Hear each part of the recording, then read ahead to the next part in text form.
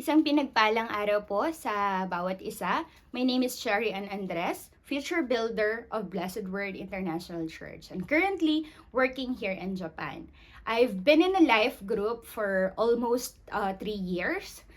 And kung gaano po ito nakatulong sa akin mula po nung nagpa-process pa lang ako going abroad and up until now na nandito na po ako, the adjustment period na meron po ako, sobrang alam ko po na naka-help ng marami yung life group na ito when it comes sa pag-grow ko po spiritually. Unang-una po kasi in the life group, syempre pag-aaralan namin or ididigdip namin ang Word of God, which is the priority to really become a strength din sa bawat isa na nasa life group.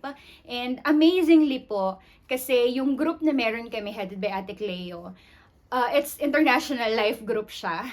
Kasi meron po kami nasa iba't ibang bansa. And yun po yung naka-encourage sa akin more. Kasi how these people, even they are working, still dedicate themselves to attend really sa life group. Kasi ganun po namin nakikita yung importance ng life group sa amin pong mga buhay. Kasi within a week na sobrang busy ka, and then meron kang ilulook forward na araw na talagang mag-aaral kayo ng Word of God and you will pray for each other.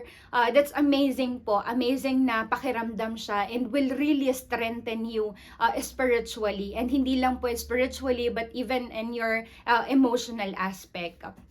And how this group then, how this life group then changes me. Kumbaga, the Lord really showed me and allowed me to realize kung gaano ka-importante na pag-aralan yung salita niya together with your co-believer. Kasi po, in that way, talagang yung wisdom ng bawat isa, mapapartake nyo po. Pag, kumbaga, mag-share kayo ng wisdom ninyo, and then mapupulot mo talaga yung aral, and yung kung ano talaga yung gustong ipagawa ni Lord sa inyo, talagang mahihimay-himay nyo to. And siguro along, ano po, doon sa journey namin sa life group, meron pong mga discussions doon, especially sa Game Changer na book. Na-realize po namin, or na-realize ko personally, meron po kasi dun moment na every week, bagong woman yung pinag-aaralan namin. And it's how they became a game changer in their time, in their moment, and sa kung anong ginagawa nila. And nakaka-amaze lang po kasi pwede at kaya nating gawin yon. We can become a game changer sa area kung saan tayo dinala ng Panginoon. And yung book po na yon, sobrang amazing kung ano yung na-cause niyang impact sa buhay po ng bawat isa sa amin. And na-encourage po talaga kami. And knowing din po na nasa abroad kami, nasa malayo kami, we became connected through this life group. Connected kami sa church, connected kami sa bawat isa, and how it leads us to become accountable sa amin pong mga kasama sa life group. And siguro to those who are unsure of joining life group, I really encourage you po to join now, to sign in now, kasi kung gusto mong dalhin yung spiritual journey mo closer to God, this is one way to really step closer.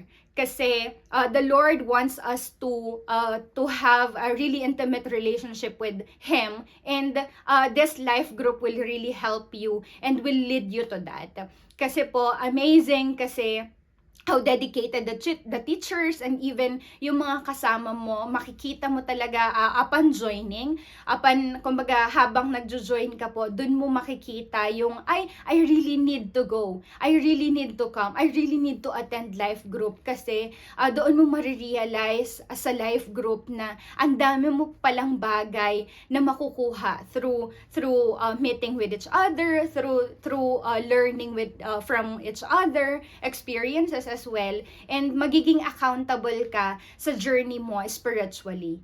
And I think that's all. Sa lahat po ng wala pa pong life group dyan, please do commit yourself to attend life group now, kasi it will really help you not just emotionally, but most especially your spiritual life will grow here. So yun lang po. God bless everyone and have a blessed day again. Thank you so much po.